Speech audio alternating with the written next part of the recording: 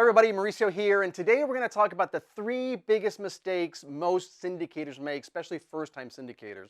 So number one, let's get right into it. Number one is not realizing that you're actually selling securities. And we talked this a little bit about in one of our previous videos about what is a syndication and what is a security. But what most people fail to understand is that when you're in the business of raising capital from passive investors, you are in the business of issuing securities. Even though you might just be buying a piece of property and you're like, well, what are you talking about, Mauricio? Why am I buying a security? I'm just buying a piece of property. And if you go back to that initial video, we explained that the definition of a security is really broad, meaning anytime you take money from investors where the returns are generated by your efforts, meaning the investor is passive and you're active, that's going to be a security. And the structure itself is not going to matter, whether you try and get creative and try and do promissory notes or tenants in common agreements or profit sharing agreements or high five or handshakes. The structure itself doesn't matter. So many times people just don't realize they're actually selling securities and they think they're just buying properties. Another common one, which we talked about, was joint ventures. People think, hey, I'm doing a joint venture. I'm not doing a securities offering, when you don't get to make that decision. You know, a lot of times, in fact, most of the time I see people who think they're doing joint ventures, they actually are doing securities offerings. So number one is not realizing that you are issuing securities.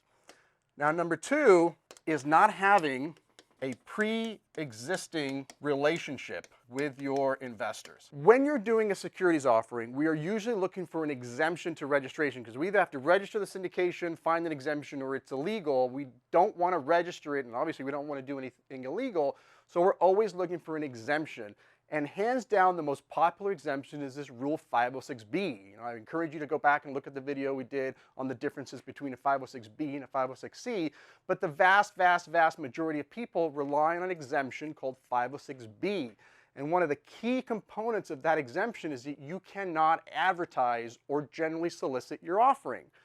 Generally speaking, you have to have what's called a pre-existing substantive relationship. I didn't even put that in there. Pre-existing substantive relationship. And if you don't have that pre-existing relationship, substantive relationship, then you may be violating that exemption, because you'll be considered to be advertising. So not having that pre-existing relationship is one of the biggest mistakes people are having.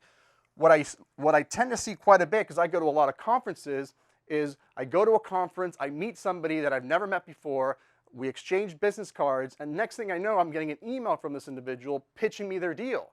I don't remember them from Adam, let alone have a substantive relationship with them. So you have to have a pre-existing relationship before you can offer me a deal. Now, the best way I've figured out to illustrate this is with a timeline. So let's say this is when you meet your prospective investor at a conference or whatever, and then this is today. At some point from the time you met them, you need to establish a substantive relationship.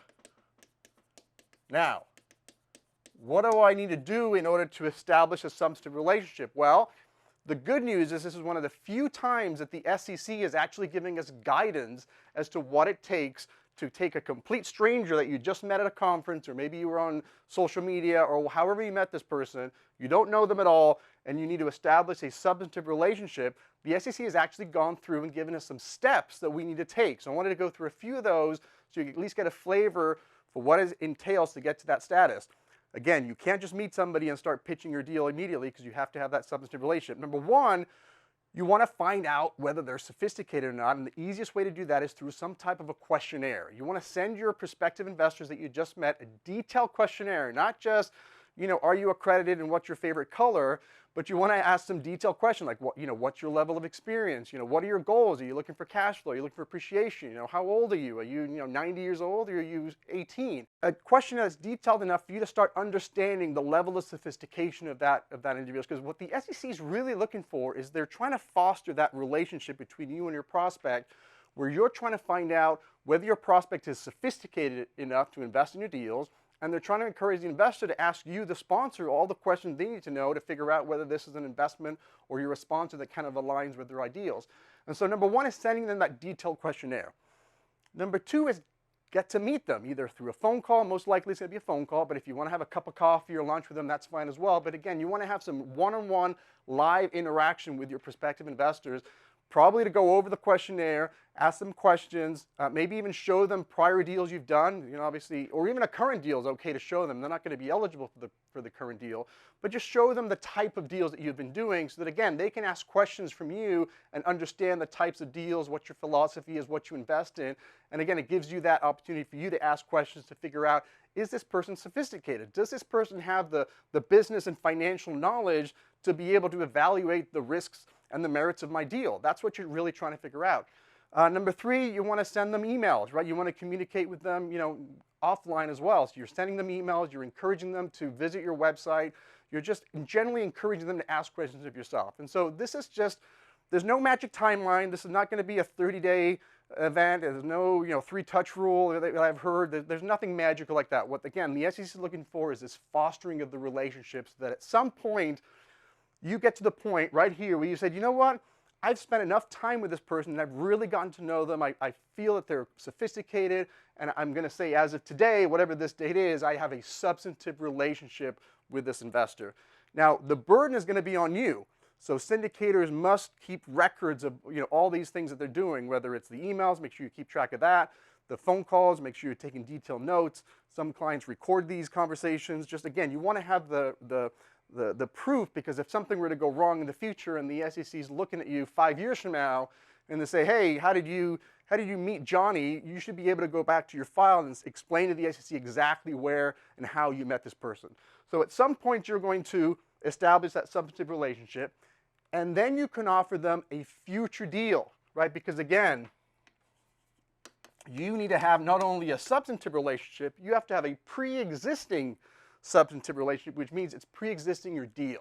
So once you start an offering, you're not going to have a pre-existing relationship. So you can never offer a new person a current offering. But once you've gone through this process of establishing the substantive relationship, you can then offer them a future deal.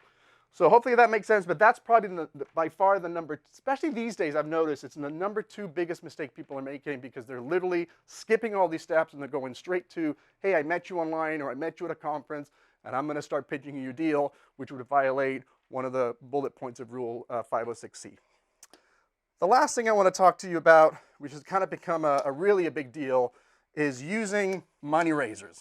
It's very, very tempting for syndicators, especially first-time syndicators, to pay people to help them attract money to their deals. There's a lot of people out there that will be more than happy to send investors your way in exchange for a cut of the deal, in exchange for a commission, or exchange of some sort of compensation. And it's very, very important to understand that you cannot pay somebody to raise money for you unless they are a licensed broker-dealer, which most of the time they are not, right? Just like you can't practice medicine without a license, you can't practice law without a license, you cannot raise money for somebody else if they don't have a broker-dealer license. And I see this time and time again where people are coming in and all they're doing is raising money, and in exchange for that, they're getting a cut of the deal, they're a part of the GP, somehow they're involved.